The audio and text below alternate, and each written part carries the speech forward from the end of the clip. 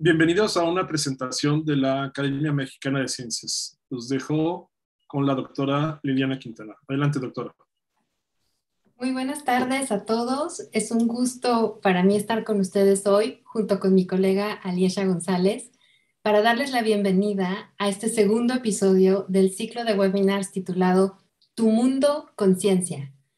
Les recordamos que la intención principal de estos webinars es fomentar vocaciones científicas en las y los jóvenes de educación media superior, pero también son webinars dirigidos a público en general para darle visibilidad al trabajo de científicas mexicanas. Queremos agradecer a L'Oréal México y la Academia Mexicana de Ciencias por apoyar la organización de estos webinars. Y sin más, vamos a darle la bienvenida a nuestra invitada de hoy y le voy a dar la palabra a mi colega Aliesha González para que la presente. Ella es la doctora Citlali Sánchez Aque. Muchas gracias, Liliana. Bienvenidas, bienvenidos todos. Les voy a leer una pequeña semblanza de la doctora. Citlali Sánchez Aque realizó sus estudios de licenciatura, maestría y doctorado en la Universidad Nacional Autónoma de México. En 2007 obtuvo el grado de doctora con mención honorífica y unos meses después fue contratada como investigadora en el Centro de Ciencias Aplicadas y Desarrollo Tecnológico, actualmente Instituto de Ciencias Aplicadas y Tecnología ICAT de la UNAM. Ha realizado estancias de investigación en Argentina, Estados Unidos, Italia, lo que le ha otorgado un perfil altamente especializado que combina física de plasmas con ciencia de materiales. Su investigación se enfoca en la fabricación mediante métodos láser de materiales con dimensiones nanométricas, con una amplia gama de aplicación debido a sus propiedades ópticas. Su objetivo es optimizar la fabricación de estos materiales, disminuir aún más sus costos de manufactura y extender su uso y aplicación.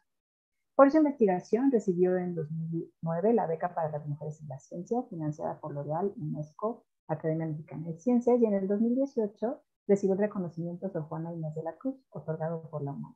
Su investigación ha derivado en la publicación de 40 artículos en revistas especializadas internacionales con arbitraje. Además, ha publicado 10 artículos en memorias de congresos, derivadas de su participación en más de 45 eventos internacionales. Ha sido responsable de proyectos financiados por la UNAM y el CONACYT.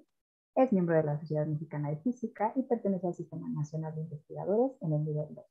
La doctora Sánchez también destaca por su temprana vocación a la docencia desde 2002 y de manera ininterrumpida, con excepción de un año sabático, ha impartido cursos de licenciatura y posgrado. Ha dirigido 11 tesis de licenciatura, 5 maestría y actualmente es escritora de 3 tesis de doctorado. A mí me da muchísimo gusto presentarles a Citlali. Tuvimos la feliz coincidencia de conocernos cuando ganamos esta beca para las mujeres en la ciencia y desde entonces siempre hemos compartido el interés de difundir lo que hacemos y de mostrarles el trabajo que hacemos las mujeres en México en ciencia. Así es que, Citlali, muchísimas gracias por aceptar la invitación. Adelante. Muchas gracias por la invitación y muchas gracias a Liliana y Alicia por esta muy bonita bienvenida, cálida bienvenida y esta presentación. Pues me siento muy honrada de estar aquí en este foro. Y bueno, la idea es platicarles un rato acerca de los láseres. Como título le puse a la charla La fantasía hecha realidad porque quiero contar un poquito acerca de la historia del láser, que espero que sea muy motivadora para todos los que nos ven, tanto como para mí. Y bueno, decidí empezar con esta imagen porque sabemos muchas cosas de los láseres, ¿no? Acá seguramente esto les trae a la memoria muchas cosas. Los conocidísimos y famosísimos sables láser, que ahora vamos a contar algunas.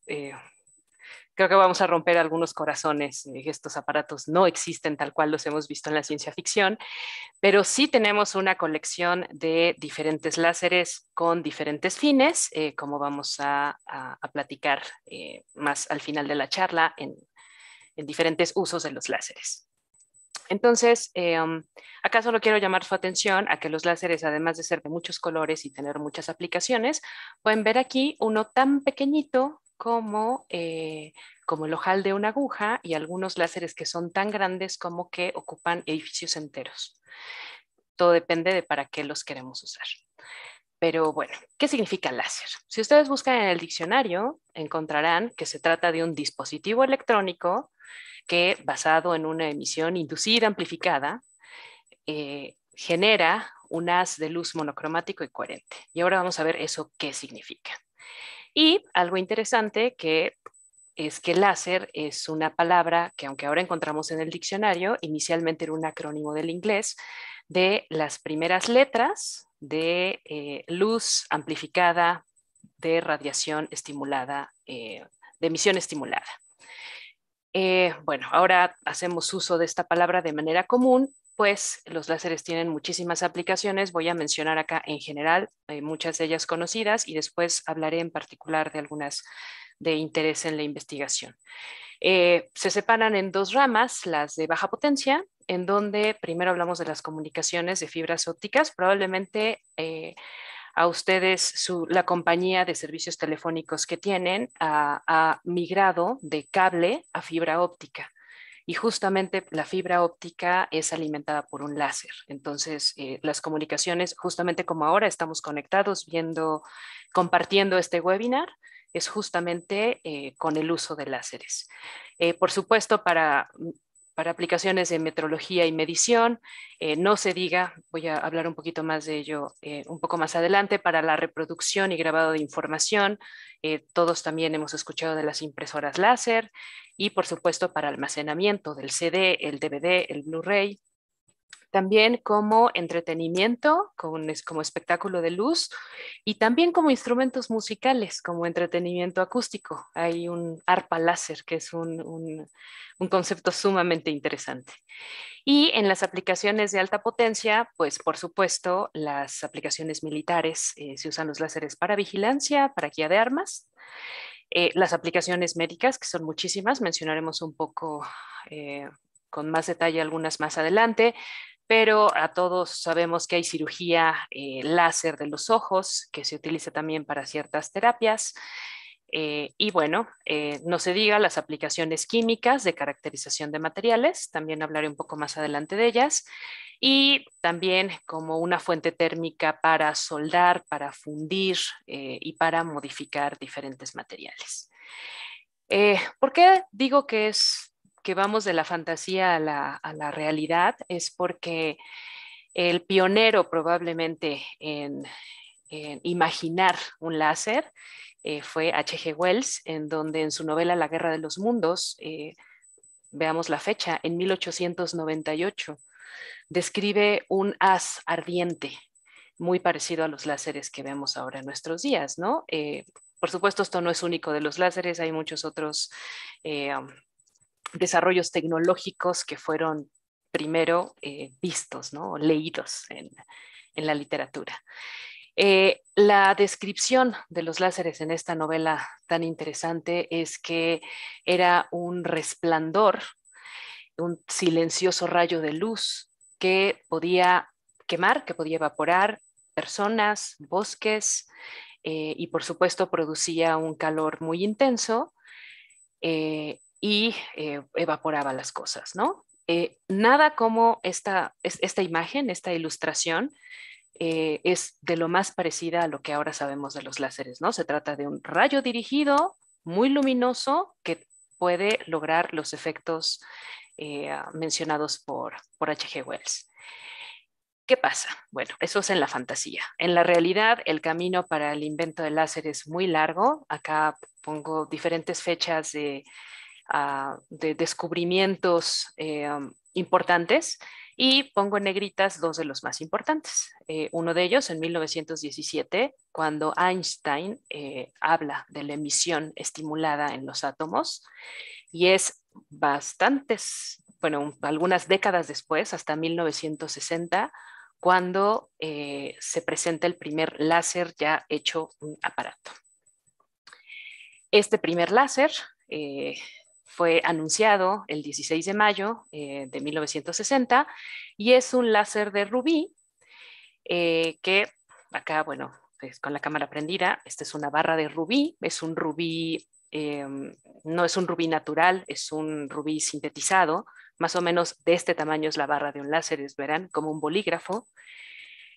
Y justo cuando muestran este gran invento, hay una reacción muy importante en el público, tanto científico como el público en general, porque en primer lugar podía confirmar el concepto teórico de Einstein de la emisión estimulada. Y por otro lado era, bueno, muy bien, ¿para qué sirve, no? Es un gran descubrimiento, hubo mucho financiamiento involucrado para lograrlo, pero ¿para qué sirve este láser? No podían imaginar en aquel tiempo pues todas las aplicaciones que tenemos ahora, ¿no? Ahora, ¿qué características tiene un láser y cuál es la diferencia con otras fuentes de luz? Son 3 características importantes que lo hacen diferente a los focos, a la luz del sol, a la luz de una linterna. Estas 3 características, la primerita es la alta monocromaticidad. Todos ustedes han visto un láser como el que tengo en la mano, un apuntador de estos que ahora uno puede comprar hasta en un semáforo en la Ciudad de México. Es un láser verde este que tengo en la mano, y lo que sí sabemos es que los láseres son de colores específicos, el rojo, el verde. En los últimos años hemos visto uno que es más moradito, y bueno, otro modo de decirlo, que es de un solo color, es que es altamente monocromático. ¿Esto qué significa? Cuando hablamos de ondas electromagnéticas, también todos estamos muy familiarizados con las ondas de radio, que permiten que escuchemos nuestros dispositivos, nuestros radios, con las microondas. Casi todos tenemos un horno de microondas en nuestra casa.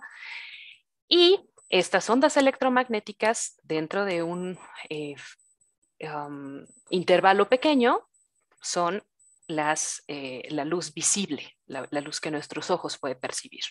También hemos escuchado de los rayos ultravioleta, de los rayos X, esos que nos permiten sacar una placa de los huesos, pero el ojo humano solo ve este pedacito aquí que en los físicos decimos, bueno, está entre 400 y 700 nanómetros, y estos son los diferentes colores que nosotros podemos ver, desde el violeta hasta el rojo.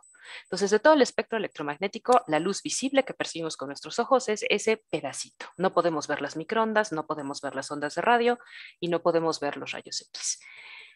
De este espectro visible, cuando nosotros vemos la luz solar en el día, pues encontramos que nuestros ojos están percibiendo diferentes longitudes de onda, diferentes colores que nos permiten ver la luz como si fuera blanca en la luz en el día. Un foco incandescente, como estos que se usaban, bueno, todavía se usan mucho en las casas, su espectro de emisión también va de los 400 a los 700, o sea, lo podemos ver con nuestros ojos, pero está más pegado hacia el infrarrojo, hacia el rojo. Y eso nos recuerda la experiencia que tenemos cuando estamos cerca de un foco, que es que empezamos a sentir calor. Y también muchos de ustedes han visto que en un puesto de comidas, de carnitas o de diferentes cosas, un modo de calentarlo es poniendo focos incandescentes arriba, ¿no? Es porque además de generar luz visible, generan calor. Ya más recientemente hemos empezado a usar los LEDs. Entonces, también algunos de ustedes tendrán LEDs en su casa, y está el LED blanco, así le llaman, o LED de luz fría y LED de luz caliente, y básicamente es otra vez el espectro visible, ahí donde nuestros ojos alcanzan a ver, uno con un poco de más contribución en el azul, el que es más cálido con más contribución en el rojo, y es por eso que nos da la impresión de que uno es blanco y otro es más amarillo. Hasta ahora todo bien. También conocemos los LEDs de las series navideñas, sabemos que hay de colores, ¿no? Ahí los compramos el de LED blanco o el de LED de colores. Entonces, ¿qué pasa con el de LED de colores? Si pongo, por ejemplo, este verde ya no se ve todo el espectro visible de 400 a 700, sino que está muy cerca de la región centrada en el verde. Esto es como 525 nanómetros. ¿Y cuál es la diferencia en en el color del LED con el láser? Es que, bueno, un LED tiene un cierto ancho y el láser es mucho más estrecho, por eso es más monocromático, emite en un solo color. Acá pueden ver ustedes la diferencia. Por supuesto, para nuestros ojos, nosotros vemos el LED verde y también vemos el láser verde, y probablemente nuestros ojos no alcancen a distinguir que un color es más puro que el otro. Pero bueno, si lo medimos con un detector adecuado, podemos notar esa diferencia. Esto tiene muchas ventajas porque pues hay láseres verdes, como les decía, rojos, incluso algunos láseres que emiten en el ultravioleta y otros que emiten en el infrarrojo, que como dije hace rato, esos no los podemos ver porque no son parte del espectro visible. Los de comunicaciones normalmente son en el infrarrojo. ¿Y esto por qué es importante? ¿Por qué es tan importante tener una fuente monocromática? A mí me gusta ilustrar esto con este experimento sencillo. Todo el mundo conoce los panditas, ¿no? Los gelatinas, los dulces. Bueno, los panditas pues tienen diferentes colores. Entonces este es un experimento que se puede hacer fácilmente en casa. Si ustedes toman un pandita verde y lo iluminan con un láser verde, la luz atraviesa el pandita.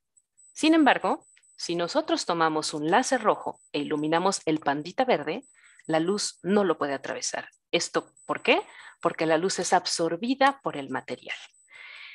Y esto solo ocurre si la fuente de luz es monocromática, o sea, si estamos iluminando con un láser. Si hacemos este experimento con un foco, siempre va a haber luz transmitida, no necesariamente se va a absorber. ¿Y esto para qué sirve? Bueno, ahora hay sistemas de caracterización para generar imágenes iluminando con láser. ¿Cuál es el truco?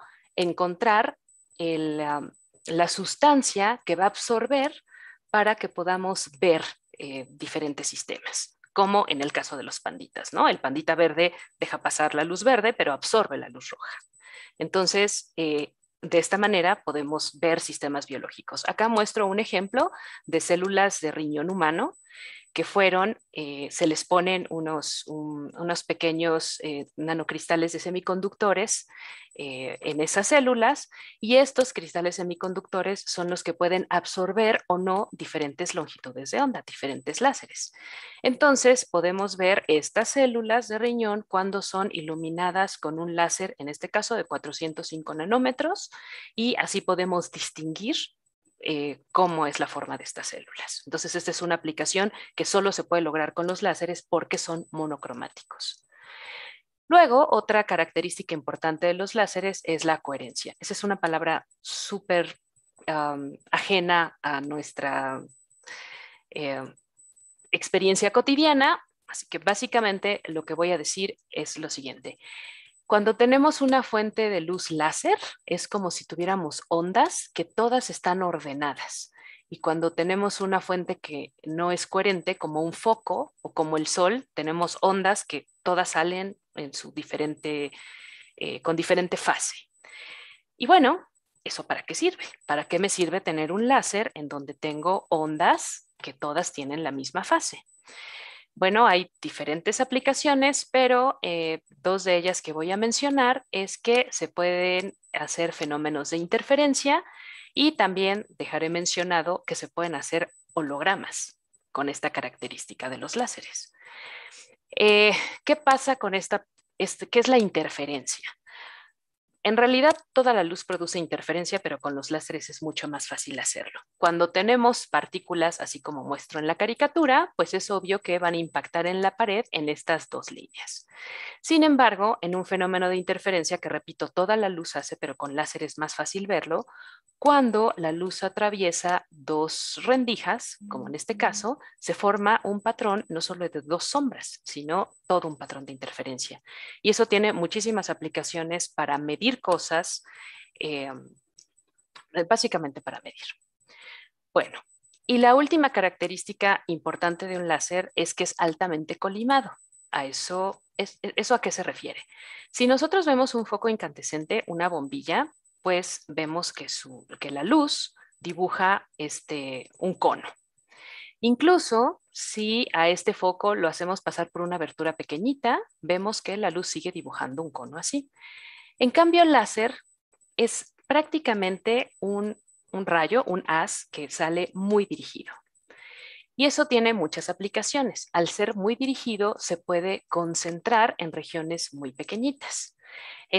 El tamaño en el cual se puede concentrar dependerá de varias cosas, entre estas el color del láser. Y esto es muy importante porque permite una de las aplicaciones que mencioné ya hace rato, que es el almacenamiento de datos. Todos conocemos estos discos y sabemos que a un CD le cabe menos información que a un DVD y a su vez menos información que a un Blu-ray. Y esto se debe a que tanto el quemador del CD, DVD o Blu-ray, más bien el quemador, es alimentado con un diferente color de láser. En este caso, un láser muy en el rojo, en el caso del DVD también en el rojo y en el caso del Blu-ray más en el azul.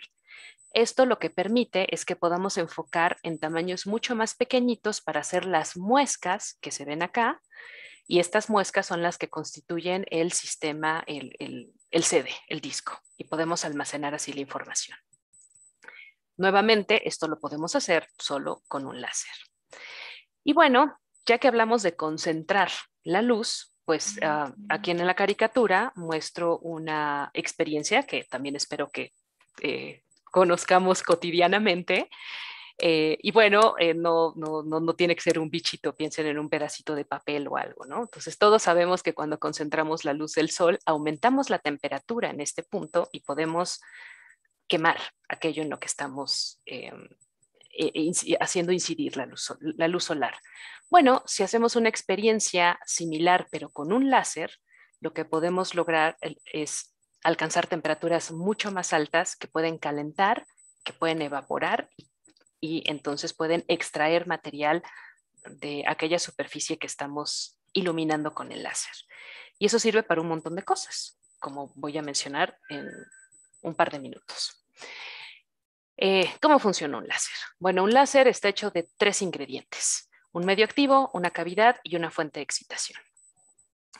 El medio activo, hay láseres que tienen adentro, su medio activo es gas, puede ser líquido, puede ser sólido. Su cavidad, normalmente tienen espejos en la parte de adelante y en la parte de atrás, y el bombeo es que necesitamos excitación. Y básicamente la física detrás de esto es la siguiente. Recordemos el modelo de Bohr, en donde tenemos un núcleo atómico y electrones orbitando alrededor de este núcleo. Este es un modo simplista de ver las cosas, pero es bastante ilustrativo. Estos electrones tienen ciertos niveles de energía determinados por reglas muy específicas.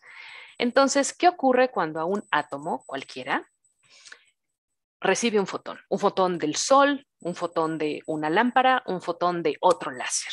Bueno, pensemos en estos dos niveles: nivel inferior de energía, nivel superior.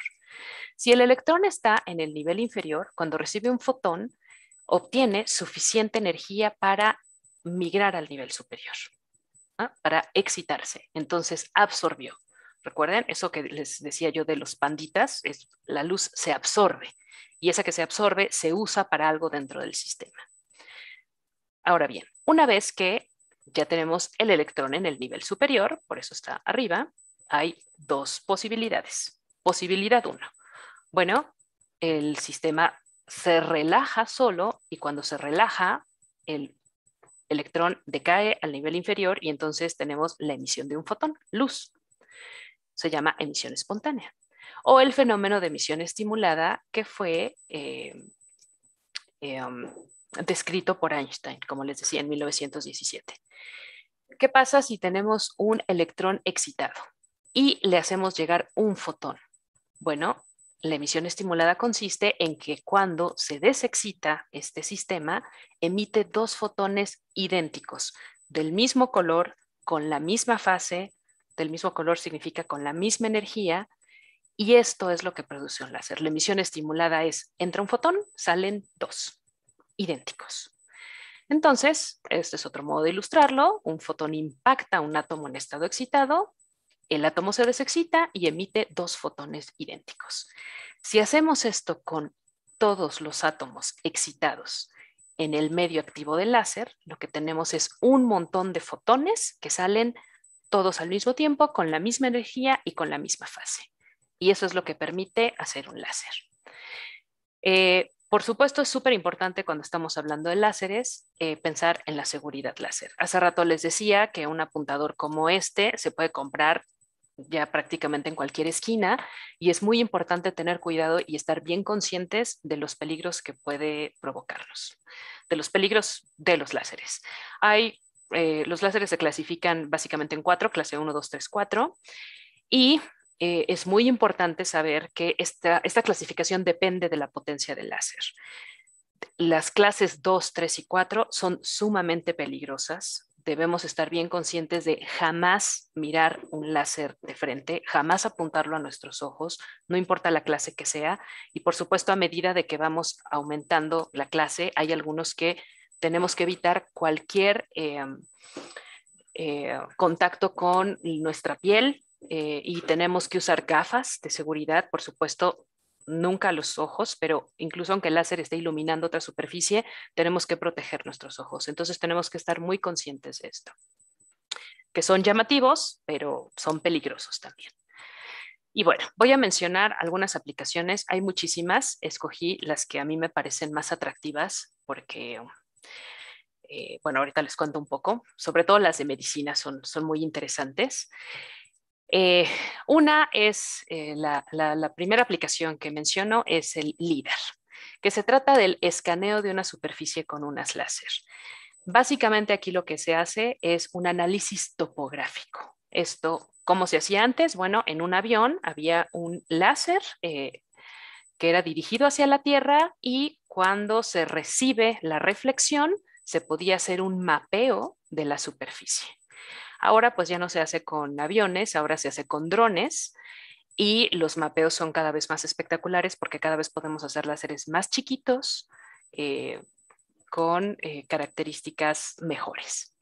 Y algo que me sorprendió mucho, que aprendí de mis alumnos recientemente, es que ya hay sistemas LIDAR en los teléfonos celulares. Estos lo más probable es que sean con un LED, no estoy segura si es con un láser, pero básicamente hacen lo mismo. Van haciendo un escaneo de lo que sea que tienen alrededor y bueno, mis alumnos me mostraban cómo hacen el escaneo de sus muebles, de sus... lo que tienen en su habitación. Por supuesto, esto tiene otras aplicaciones, como por ejemplo poder hacer el escaneo y hacer el mapa de algún vestigio arqueológico. Por ejemplo, lo hemos visto para cuando quieren hacer la reconstrucción de algún cráneo, y eso también tiene alguna aplicación médica, porque pueden hacer el barrido de un cráneo para saber cómo hacer alguna placa necesaria para, pues no necesariamente en el cráneo, pero sí para soportar alguna fractura o algo en los huesos. Otra aplicación de las más comunes pues es la soldadura láser. Probablemente han escuchado de ella. Básicamente se concentra un láser con una lente y se alcanzan temperaturas tan altas que es suficiente para fundir el metal y hacer uniones. El corte con láser, estas son máquinas impresionantes que pueden hacer cortes de placas de acero hasta de media pulgada y bueno, todo se puede programar en una computadora para hacer los cortes, ¿no? La escritura con láser, en la que básicamente se trata ya no de cortar o soldar una superficie, sino de modificarla nada más. Y pueden ver acá, al hacer diferentes irradiaciones pequeñas, se modifica la superficie y se pueden hacer estos contrastes como en este tipo de obras, ¿no? Otra característica importante al modificar una superficie con láser es que podemos hacer también superficies que repelen el agua, esto es hidrofóbicas, o que atraen el agua. ¿Cómo es? Pues simplemente hay que modificar la superficie. Entonces, para este tipo de ejemplo, en donde se modifica un pedacito de silicio, pueden ver que se hacen estos conitos y que cuando se le pone una gota de agua encima, en vez de que la gota moje, se hace una gota muy redondita. Esto es porque se puede modificar la hidrofobicidad de la superficie. Este es un efecto que seguramente han visto de manera, la naturaleza lo hace en las plantas. Seguramente han visto hojas de las plantas en donde las gotitas se forman muy redonditas. No es como echar una gota de agua sobre un papel en donde el papel se moja inmediatamente, ¿no? Una servilleta. Bueno, eso es en este caso se puede modificar las propiedades de la superficie.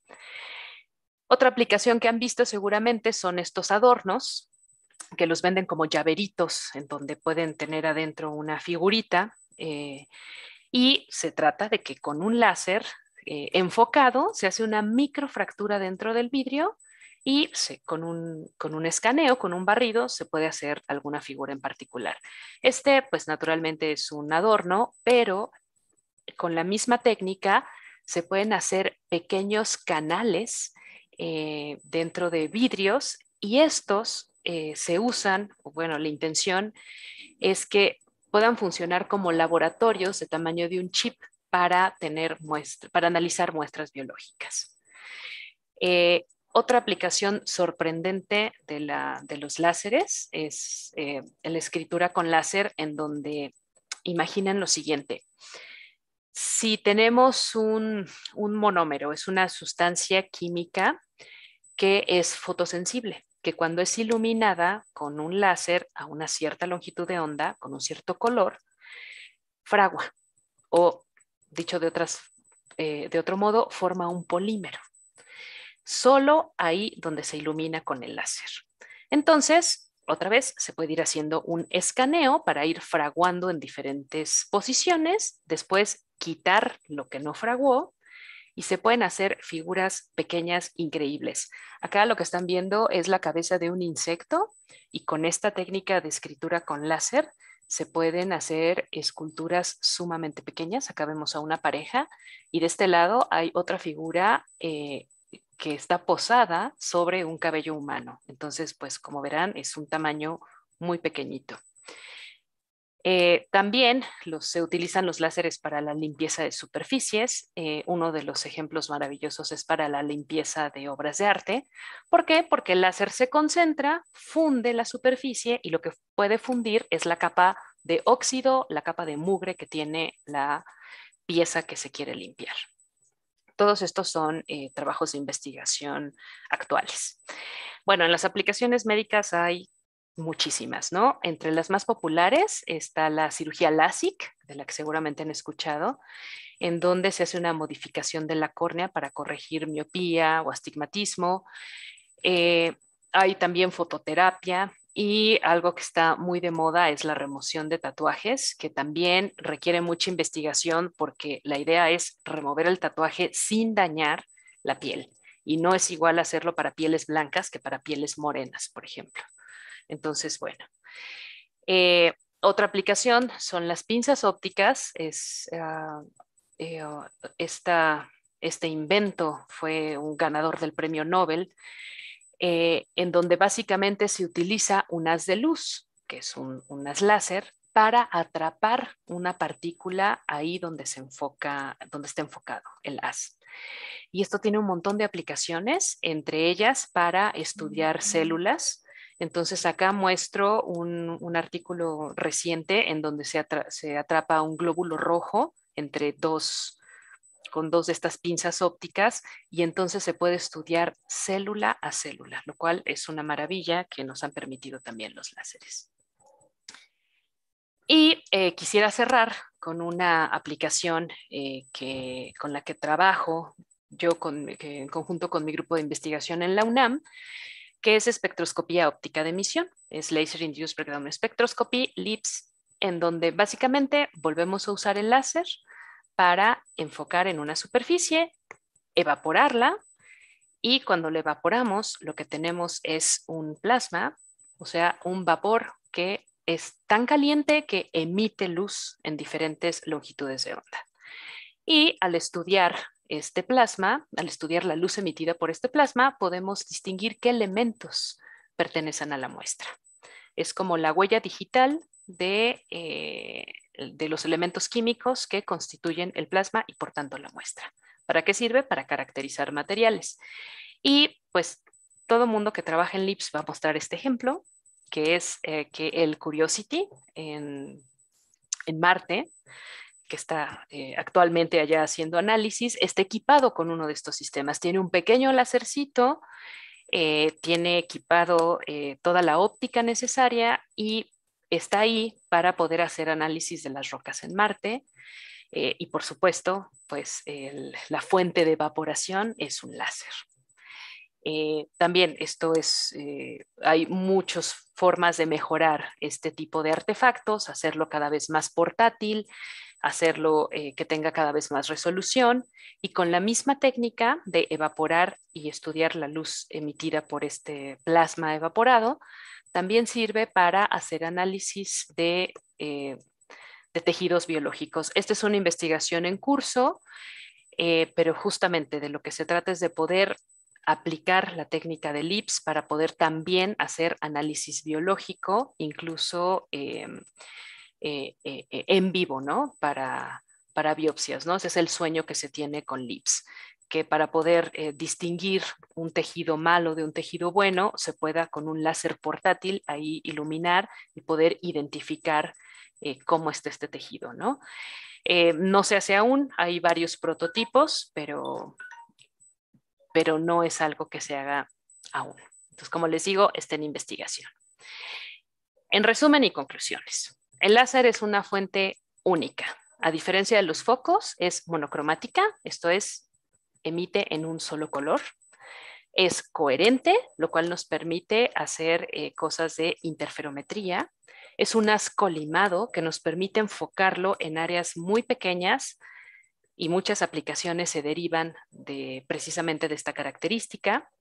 Súper importante, son aparatos maravillosos, pero debemos tener mucho cuidado con su uso. Puede dañar los ojos, puede dañar tejidos y no deben tomarse a la ligera. Tiene aplicaciones en medicina, en comunicaciones, en el análisis de materiales y en manufactura. Y ahí yo quisiera comentar que en mi caso particular, siendo mi formación física, es muy apasionante para mí el tema de los láseres porque también me gusta mucho la medicina y en algún momento no sabía cuál de las dos inclinarme. Y justamente este tipo de aparatos permite hacer investigación interdisciplinaria, multidisciplinaria, en donde podemos los físicos colaborar con los médicos para hacer diferentes cosas. Bueno, y también quisiera dejar como una conclusión que aún hay mucho por investigar de las aplicaciones que mostré. Ustedes han visto cómo la tecnología ha cambiado, cómo en unos años los CDs fueron sustituidos por los DVDs y por el Blu-ray, y bueno, ahora ya no se usa, ¿no? Ahora todo es con memorias magnéticas USB. Y bueno, el mundo está cambiando, las aplicaciones son muchísimas y algo que nació como un sueño, como una ciencia ficción, ahora se utiliza hasta para cuando vamos al súper para leer, para el escaneo del código de barras, ¿no? O ahora que estamos en pandemia, también para el escaneo del código de barras y registrar que fuimos a algún lugar. Entonces, bueno, hay mucho por investigar para hacer los láseres más pequeños, más rápidos, para ampliar su uso. Y bueno, es una invitación a que entren al campo en cualquiera de las aproximaciones de lo que mencionaron. Gracias.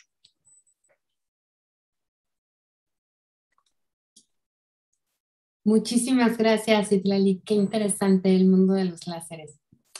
Antes de proceder a las preguntas, le voy a dar la palabra a Walter para que nos dé la indicación respecto a cómo hacer preguntas, sobre todo a aquellos que nos están siguiendo desde YouTube. Gracias, doctora Quintana. Sí, nada más recordarles que esta sesión, bueno, todas las sesiones que tenemos se quedan grabadas para que posteriormente las pueden revisar. Y también los invitamos que a la gente que nos está viendo por YouTube pueden hacernos preguntas a través de este WhatsApp o suscribirse al canal y también pueden hacer sus preguntas por ese medio. Y también comentarles ahorita aquí los que tenemos, que estamos más de 100 personas conectadas ahorita. Entonces, los dejo, doctora Quintanar, doctora Alicia, para que puedan leer las preguntas que tenemos en Facebook y en Twitter. Adelante. Sí, gracias. O sea que taquillero fue el tema de los láseres, más de 100 personas conectadas. Genial. Citlali, tenemos una pregunta de Lupe Hernández y ella nos pregunta, ¿qué relación tiene el láser con la radioterapia? Con la radioterapia, me imagino que para tejido canceroso. No, la fuente no es láser, hasta donde sé. Evidentemente la parte médica no es mi especialidad, pero la fuente es distinta. No es láser, no creo que tenga alguna relación directa. Más bien, ajá, perdón, Ali. No, justo nada más quería agregar que Marie Curie, ¿no? Quien descubrió justamente el radio, y ella justo empezó con la radioterapia. Entonces ella tiene que ver con radiación. Y como bien dices, pues no es láser. Tenemos otra pregunta de Sebastián Montes. ¿Qué beneficios tienen los láseres en el campo médico y científico? Ya mencionaste algunos, pero... Sí, bueno, hay muchos otros que no mencioné, como el bisturí láser. Em, pues como les decía, para varias cirugías. Yo no sé qué tanto se haga ahora el uso para, por ejemplo, para las piedras en los riñones. Entiendo que se usa, no sé qué tan popular ya es entre los médicos, pero digamos ya es un procedimiento estándar. Entonces, nuevamente se utiliza para el haz concentrado para hacer pequeñas explosiones, pequeñas burbujitas. No es que le disparen exactamente a las piedras, sino como al líquido que está al lado. Y esas burbujitas de manera suave pueden destruir las piedras en los riñones. Entonces, la ventaja que tiene es que no es invasivo, bueno, que es menos invasivo. Se pueden hacer cosas más desde fuera, ¿no? Eh, y hay también varias cosas de fototerapia. Entiendo que para desinflamar tejidos, um, y creo que son como las más comunes en cuanto a la medicina.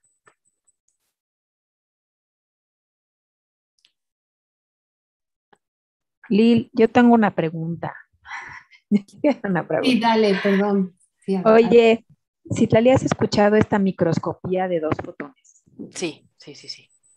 Y bueno, eso es, incide el láser, esto, justo de lo punto que explicabas esto de em, a través de un fotón excito y de esa excitación saco dos fotones, ¿no? Si es así, ¿y qué ventajas tendría sobre una, digamos, una microscopía con focal que no Claro. sea de dos fotones? Sí, no, es que es, ajá, o sea, es al revés. La emisión estimulada es justo, meto un fotón, saco dos, ¿no? Y ese es el principio del láser. En el caso de la microscopía con focal de dos fotones, que algunas de las cosas que mostré de las esculturas que se hacen con dos fotones. Básicamente, ¿qué es? Eh, se pueden, cuando tienes esta microscopía de dos fotones, necesitas suficiente energía para poder excitar un material. Entonces puede ser que un fotón no sea suficiente para excitarla, necesitas dos. Y como tienes dos idénticos, pues los tienes que sacar de un láser. ¿Y qué es lo que te permite eso? Poder enfocar en áreas mucho más pequeñitas, o sea, ahí la resolución espacial no podrías obtenerlas con un solo fotón, sino que necesitas dos. Y básicamente esa es su gran ventaja, que en la microscopía confocal obtienes muchísima más resolución que cuando no tienes la de dos fotones. Y bueno, y ese es con láser, ¿no? Porque la microscopía la puedes hacer con luz blanca, pero con láser tienes la posibilidad de hacerla con dos fotones. Gracias. Además, creo que tiene mayor profundidad, ¿no? También. Sí, sí se puede hacer con mayor profundidad, pero como que lo que siempre presumen los especialistas de esa microscopía es la resolución espacial, o sea que puedes ver en algo más pequeño, ¿no? Sí, sí. Como las espinas dendríticas, ¿no? O sea, una dendrita, o sea, ¿no? Y las espinas que son todavía mucho más pequeñas. Si llegan de cuenta como Gracias. los píxeles, ¿no? Como cuando tienes una pantalla con poquitos píxeles, justamente dices, ay, hasta lo veo pixeleado, pero cuando tienes muchos puntitos más pequeños, tienes mejor resolución. Claro. Es idéntico. Gracias. Sí, gracias. Adelante, Lili. Sí, no veo más preguntas en el chat, muchas felicitaciones y demás, que te las hacemos llegar. Yo tengo una pregunta, porque por ahí en la última pregunta del campo médico y campo científico, me acordé, hay algo que le llaman pinzas ópticas, ahí usas láser también, ¿verdad? Sí, sí, Y sí, sí. si entiendo bien, usas casi que dos láseres y de alguna manera puedes localizar una molécula, así como hacer single molecule. Sí, es una maravilla las pinzas ópticas. En principio, la pinza utiliza un solo láser. Y los primeros experimentos con los láseres para las pinzas era para atrapar partículas redonditas transparentes. Pero en realidad ahora está todo tan estandarizado y tenemos tan alcance los láseres que es bien fácil hacer una pinza para atrapar bichitos, ¿no? Una práctica que hacemos en el laboratorio es agarrar así agua del jarrón en donde había flores, que hay muchos bichitos y es muy fácil atraparlos. Ahora, el tamaño de un bichito es grande. Cuando requieres atrapar cosas más pequeñas como las células, entonces pues requieres un láser con otras características y si tienes dos, que es lo que mostraba del glóbulo rojo, como que lo encapsulas, le pones una trampa de un lado, otra trampa del otro lado y así ya no se puede mover. Y pues ya ahí en medio le pueden hacer cualquier tipo de estudio, ¿no? Y ya nos preguntaba, pero es que no lo dije, lo mencioné al principio, pero luego ya no lo dije, de que, bueno, como mostré, de un fotón sacamos dos y se trata de un haz de luz. La luz es diferente, pero es una fuente de luz como los focos, como una lámpara.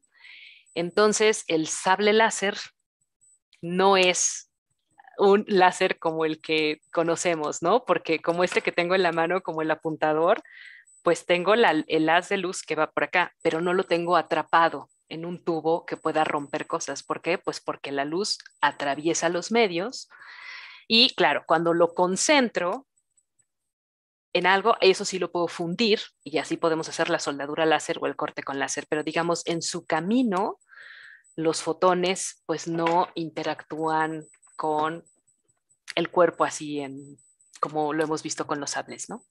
Entonces, bueno, no hay tal cosa como un sable láser. Citlali, ya llegaron más preguntas. Una de ellas nos pregunta Edgar Rodríguez, ¿alguna aplicación bélica de los láseres? Pues en principio el que les mostraba del LIDAR, este análisis topográfico, son cosas que nacieron de la industria militar. O sea, el conocer el terreno del enemigo y sus instalaciones y dónde están, yo creo que ha sido de las aplicaciones más importantes. El otro que conocemos es el de la mira, ¿no? El de un arma, ¿no? Como para apuntar, justamente, ¿no? Lanzan un láser. Yo creo que esas son las más importantes bélicas, pero no dejemos de lado que muchos avances tecnológicos y no solo el láser, el gran financiamiento viene de las aplicaciones militares en Estados Unidos, ¿no? O sea, la gente en los laboratorios, sobre todo en los 60s y en los 70s en Estados Unidos, tenían un gran interés militar y de ahí surgieron un montón de cosas. Sí, claro, sí, sí. Esa ha sido la motivación para invertir en ciencia, ¿no? Una mancuerna entre el Estado y la ciencia. Ujú. Hay otras preguntas. ¿Cuál es la aplicación más extraña en la que se ha usado el láser recientemente? Eh, Ay, es que extraña, es difícil, pero por ejemplo, una que me sorprende a mí, que ya no puse en la presentación porque la verdad es que son muchísimas, pues es la fusión nuclear. Entonces, justamente en el laboratorio en California, en Livermore, en una National Ignition Facility, se quiere hacer fusión nuclear y para hacer esta fusión se hacen llegar, no recuerdo el número, pero creo que son 200 o 300 láseres, todos incidiendo en algo muy pequeñito, como del tamaño de un granito de café, porque justamente lo que se quiere es desatar la fusión. Es una instalación extraordinariamente cara. Una de las fotos que les mostraba de Wikipedia de los tubos de láseres uno tras otro, en realidad es ahí. Y eso, bueno, yo diría extraña porque es única en el mundo. Es de las pocas, ¿no? Y quizá otra que también dejaría por si tienen interés es que si escucharon lo del descubrimiento de las ondas gravitacionales, eh, que básicamente lo que se hicieron fueron dos interferómetros en dos diferentes lugares del mundo.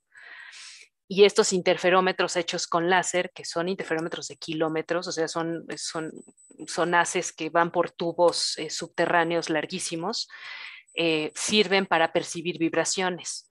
Y si es muy largo el dispositivo, puede percibir las vibraciones gravitacionales. ¿no? Eso es también como que lo súper nuevo y súper único en láseres. Sí, una última pregunta de Facebook. David Pichardo nos dice, en urología los equipos láser son de más de 50 o 100 kilos. ¿Crees que en un futuro se puedan hacer más pequeños? Sí, absolutamente. Absolutamente. Hay mucha gente trabajando en hacerlos más pequeños. Sobre todo ya la gente de ciencias de materiales es todo el tiempo hacer películas delgadas y cosas chiquitas para que el medio activo sea más pequeño, más eficiente. Entonces, una competencia brutal. Además de hacerlos siempre más azules o más al UV, es de hacerlos más chiquitos, más eficientes y más baratos. Un poco mencionaba eso cuando les decía que los primeros apuntadores que vieron fueron los rojos, luego los verdes y unos años después llegaron los azules y eso es porque, bueno, había que encontrar el medio activo adecuado para hacerlo eficiente y lo mismo va a ocurrir con nosotros, ¿no? Hacerlo todo en miniatura. Sí, sí, sí. Vamos a Oye, dar Lil, oportunidad a... nada más quería decirte que al respecto hay un comentario justo de esto de los láseres en el riñón que lo hace David Pichardo y dice, el procedimiento para piedras en riñones se llama litotricia, y generalmente se usa el láser Olmium con pulso corto y pulso largo. Láser Thulium ya se comienza a usar también en litotricia. Los Sí, láseres pulsados. sí, sí, sí, gracias, Aliesha. Vamos a dar oportunidad. Hay 3 preguntas que han llegado por WhatsApp que las tiene Walter. Walter, adelante. Sí, doctora. Sí, bueno, una creo que ya se respondió, era sobre Star Wars y sobre todos los láseres. Nos hacen otra. ¿Nos podrías contar acerca del experimento de la NASA donde pusieron un espejo en la superficie lunar? Sí, sí, es espectacular ese. Ese es un experimento viejo, pero justo en una de las misiones a la Luna, de hecho creo que fue en el Apolo 13, en esta que todos conocemos, de un pequeño paso para el hombre, grande para la humanidad, dejaron un espejo en la Luna. Entonces, es el método por excelencia para medir la distancia a la Luna. Naturalmente, pues no es que se pueda hacer todo el tiempo, sino que pues es cuando está alineado el espejo, ¿no? Entonces se lanza un láser pulsado de la Tierra a la Luna. Pulsado quiere decir justamente un pulso láser, ¿no? Lo prendo y lo apago. Y se mide en cuánto tiempo viene de regreso. Y como se puede medir el tiempo con muy buena precisión, pues así se calcula la distancia, ¿no? Porque conocemos la velocidad de la luz y pues conocemos la relación entre velocidad, distancia y tiempo. Entonces conocemos la velocidad, conocemos el tiempo y se puede medir de modo muy precisa la distancia a la Luna. Es muy bonito eso. Y de veras hay un espejo ahí. Ok, gracias. La siguiente dice, existen métodos antidrones, los cuales usan un láser. ¿Nos podrías explicar qué es lo que daña el láser en los drones? No, no. No sé exactamente qué le podría hacer al dron. Lo que sí es que, por supuesto, con un láser concentrado puede dañarlo, aunque me parece que sería más para detección. Quiero decir, si tenemos un láser que está barriendo así, ¿no? En movimiento y tenemos detectores del otro lado o estamos viendo su reflexión, nosotros podríamos saber en qué momento hay un intruso, una mosca pasando por ahí. Y entonces detectar la presencia de algún objeto y pues poder hacer algún otro procedimiento. Entonces yo creo que en el caso de los drones más bien va por ahí, que sirve como un detector de movimiento de algo que no está registrado, ¿no? Pero bueno, la verdad es que ignoro si se utiliza para dañar específicamente al dron. Bien. Okay, creo que son todas, doctora Quintana y Alicia. Genial, muchas gracias. Y Alicia tiene una última pregunta porque ya se nos acabó el tiempo. Sí, oye, sí, esta pregunta en realidad no es sobre láseres, ¿no? En realidad es una pregunta sobre qué te llevó justamente a optar por una carrera científica y cómo, qué te hizo decidirte por los láseres. Ay, sí, qué buena pregunta. Eh, pues, bueno, mi respuesta seguramente va a revelar mi edad, pero fue la serie Cosmos. Cosmos, la primerita, la de Sagan, ¿no? Pues ahí veía los viajes, las naves estas de los viajeros que mandaron, y era espectacular ver cómo pasaban cerca de los planetas y las primeras fotos que mandaban, ¿no? Del sistema solar. Y siempre hacía también mucho énfasis en toda la tecnología involucrada. Entonces eso así llamó mi atención y robó mi corazón desde muy joven. Luego, como mi mamá es médico, entonces pues también me gustaba la medicina, ¿no? Así de, no, pues está padrísimo ahí curar al paciente y ver y examinarlo. Y entonces digamos como que siempre tuve esa vocación dividida entre sí uno y otro. Y me gustó mucho contarlo. Presenté mi examen de admisión al Politécnico para Medicina y no me aceptaron. Presenté mi examen a la UNAM para Física y sí me aceptaron. Y pues eso selló mi destino. Y bueno, ya con láseres, pues es que siempre me gustó la parte experimental más que la teórica. Y pues sí es muy llamativo pensar en jugar con estos dispositivos, ¿no? Y sobre todo por las aplicaciones. Y aunque yo no me dedico directamente a las aplicaciones médicas, sino más a la parte de materiales, siempre me ha permitido como jugar con estas dos vocaciones que tuve desde muy joven, ¿no? Y pues lo que me gusta es meter las manos y aprender ahí a hacer también cosas de pues experimentales, ¿no? Eso me gusta mucho, aunque pues siempre es un reto. Oye, Sid, y además de ser científica, ¿qué es lo que más te gusta hacer? Ay, pues un montón de cosas. La docencia me encanta. Justo les contaba a ustedes dos que pues, la docencia ahora está cambiando mucho. Ahora es muy inspirador ver a los jóvenes pues aprender un concepto y platicarlo de un modo mucho mejor, como que ahora hacen sus videos, sus cápsulas de YouTube explicando cosas. O sea, justo lo que les contaba yo del LIDAR y de las arpas láser es que mis alumnos del semestre pasado hicieron un video de 8 minutos cada uno y fue una cosa espectacular. O sea, en realidad esto que yo hago es como muy anticuado. Eso me gusta mucho y bueno, también soy una apasionada del turismo y del deporte, ¿no? Corro, hago yoga, nado, en cualquier rato libre o me hago el espacio para hacer algo así, alguna actividad deportiva.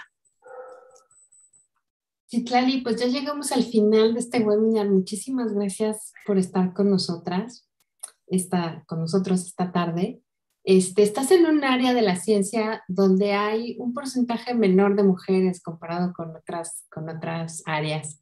¿Qué le dirías tú a las jóvenes, a las niñas, a las más pequeñas que están pensando en ciencia y que a lo mejor física no suena como lo más atractivo del mundo? Creo Claro. que con esta presentación de los láseres y el experimento de panditas. No, pues lo que diría es que sigan su interés y su curiosidad. O sea, naturalmente todos y todas sentimos mucha curiosidad por un montón de cosas desde pequeños.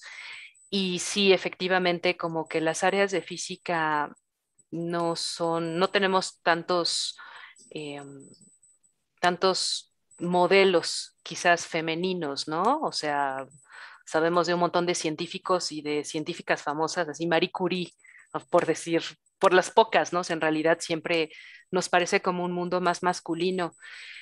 Y francamente, pues yo le diría a una joven, pues adelante, no importa, en realidad es que eh, pues aunque no se vean muchas mujeres, pues hagamos que sí, hagamos Y la es, diferencia, ¿no? y es igualmente divertido, ¿no? Es igualmente divertido y adelante, ¿no? Genial. Muchísimas gracias, Citlali. Muchísimas gracias por tu tiempo y por esta presentación y esta charla. Y pues eh, vamos a anunciar ahora el siguiente webinar. No sé si nos puedan poner, por favor, el anuncio. Nuestro próximo webinar es el 14 de octubre, también es jueves, 6 de la tarde, hora centro del país, hora Central Time. Y vamos a tener a la doctora Vanessa Olivares Illana. Ella es de la Universidad Autónoma de San Luis Potosí y nos va a hablar sobre ojo con el cáncer de retina. Y con ese anuncio los dejamos, nos vemos dentro de un mes. Y no quiero irme sin dejar de agradecer nuevamente a Citlali, a la Academia Mexicana de Ciencias, a L'Oréal México y sobre todo por parte de la Academia el día de hoy que estuvo con nosotros Walter y detrás de las cámaras también Eduardo. Muchísimas gracias. Buenas noches. Gracias. Buenas noches.